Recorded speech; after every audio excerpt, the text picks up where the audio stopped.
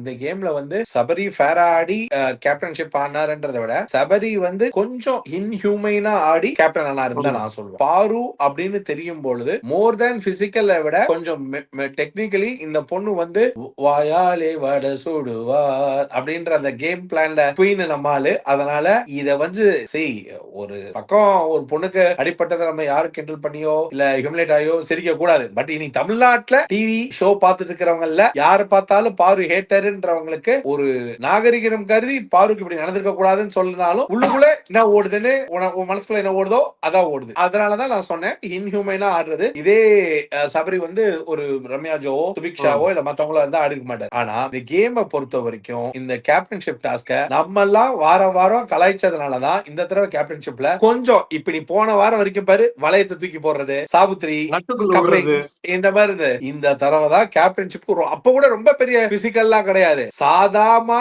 விளையாண்டு இருக்கலாம். ஆனா விளையாடினவங்க எல்லாம் சாதாரணமான ஆட்கள் கிடையாது. அதான் பிரச்சனை.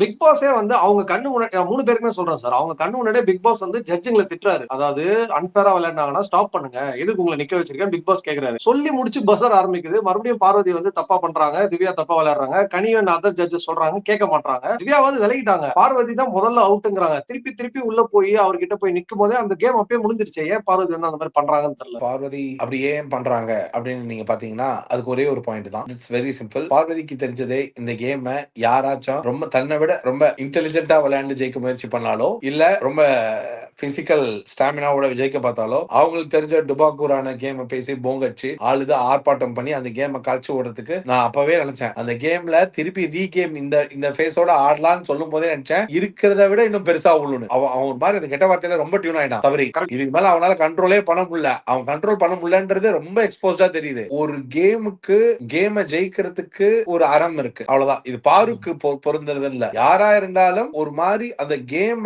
ஒரு பிசிக்கல், இப்ப ஒரு பாக்ஸிங் கேம் இருக்குல்ல, அத பாக்ஸிங் கேம்ட்டாங்க. அடிச்சா அந்த அடி இன்னொரு கோவத்தை ப்ரோவோக் பண்ணும். அந்த ப்ரோவோக் பண்றது மறுபடியும் இன்னொரு பாக்ஸரை மறுபடியும் ப்ரோவோக் பண்ணி மறுபடியும் அவன் பாக்ஸிங்க்கு ரெடி ஆகிறதா கேமே தவிர அந்த கேம மாறி இவனுக்கு என் மேல செம்ம கொலை வெறிடா அதனாலதான் என்ன அடிக்கிறான்ற மாதிரியான தாட் போய் கேம் விளையாண்டா அதுக்கு கேமே இல்ல. நான் இததான் சபரியும் பார்வதியும் பண்ண தப்புன்னு சொல்றேன். இந்த இடத்த ஜெண்டரை பேஸா வச்சு ஜெண்டரோடைய weakness and pros and concept பேச விருப்பப்படல. ஆனா தன்னை விட வலிமையா ஒரு பிளேயர் இருக்காங்கன்னு இவங்க 2 பேர் தனக்கான வலிமை இந்த கேம்ல விளையாடுறதுக்கு 2 பேருக்கும் இருக்குன்னு அவங்களோட புரிதல் இருக்கும் பட்சத்தில் சபரி இந்த பெண்ணிடம் கையாண்ட முறை இருக்குல்ல, வாட்ஸோ எவர் உனக்கு ஒரு பாயிண்ட்ல நீ ரொம்ப ஸ்ட்ராங்கா இருக்குன்னு தெரிஞ்சதுன்னா அவ்வளவு ஹார்ஷ் அண்ட் ரூடா இந்த கேம் அப்ரோச் பண்ணி ஜெயிக்கணும்ன்ற அவசியம் இல்ல.